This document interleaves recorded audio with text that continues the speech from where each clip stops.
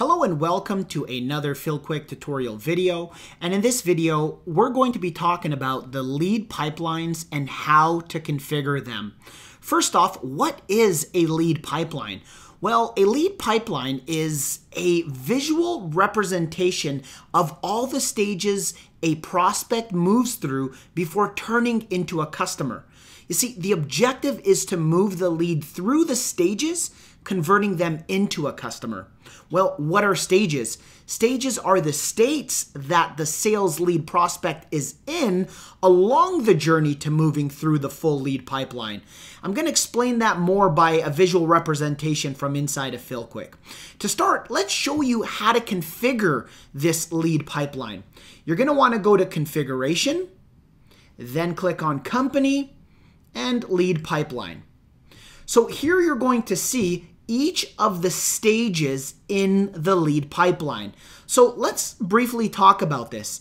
The lead pipeline consists of stages inside the lead pipeline that ultimately get our customer to the end goal, which is a sale, right? We want people to purchase from us the security system. That's where we ultimately want to get them. But perhaps you get and purchase leads from an outside source, or perhaps you have door knockers who knock on a door and they start off this customer in the lead in stage. Now, do keep in mind, we created these stages ourselves. You can just click on this add stage and name the stage whatever you want. Perhaps you call it sent permit, and maybe that's a part of the lead, a certain lead stage you want in this lead pipeline. Now you can also drag this stage and move it over, and at any point if you want to rename the stage, you can click on this gear icon, rename it or delete it. You can click on any of these, rename it or delete it, okay? But ultimately you have stages inside of a sales pipeline, and our ultimate goal is to drive a lead from the beginning, the first stage, ultimately through these stages to becoming an actual customer.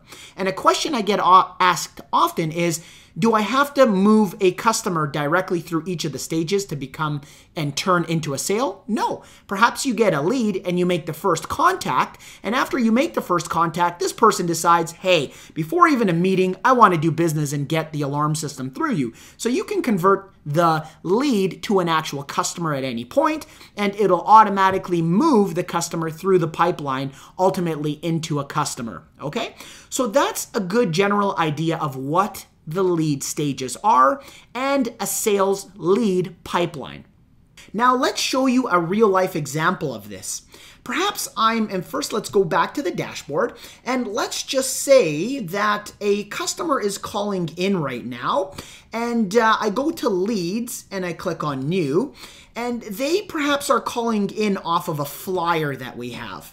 And I ask Mr. Prospect, what's your first name? And she says, my name is Brenda. And I say, Brenda, what's your last name? She says, Langley. Okay. Brenda, do you mind if I get your phone number? And she says, yeah, my phone number is 623, yada, yada, yada. And of course, the only required fields are these in which that have this red asterisk beside the name field. So let's just go down to the bottom, and that's all the information she gives us, and we click on create the lead. So now we successfully created this lead inside of FillQuick. Well, at any point, maybe I'm speaking to her and we want to move this lead along the lines of from lead in to contact made only after I assign this lead to a sales representative. So I'm going to scroll down and I'm going to assign this to, let's just say, this sales rep, and I save this actual lead. Instantly, that sales rep got notified that he or she has a brand new lead in their inbox, and it's placed on the dashboard if there is an actual action, such as perhaps call the lead or visit the lead. It'll show up directly on that sales representative's dashboard. So let's just say I want this sales rep to call the lead, and it's going to be Thursday the 6th at, let's do 3:10 p.m. Save. Instantly, that sales rep got notified and it's placed on their dashboard. Now, let me log in as that sales rep, pretend I'm the sales rep, and explain more from that side. Okay, so let's log in as the salesperson. And the salesperson sees instantly on the dashboard, as explained, Brenda Langley, I'm supposed to call this lead on this date. Now, let's just say, because this is a demo, that today's December 6th, and I actually want to contact this lead. So let's click on the lead from my lead actions on my dashboard. And as you see, I have the pipeline here. I pick up the phone, and by the way, along the stages, in each of these stages, you even have the duration, the time, how long it's been in this stage. And this is very important if you're assigning leads to your sales teams, or even for the salesperson themselves, that they see how long they've been in this pipeline. If it's a few minutes, if it's a few days, it'll tell you exactly how long this lead has been in this stage. So let's just say I contact Brenda and she says, you know what, that's absolutely great, your services. I'm going to possibly, look into you guys, but I'm going to need you to contact me back, Friday at 3 o'clock.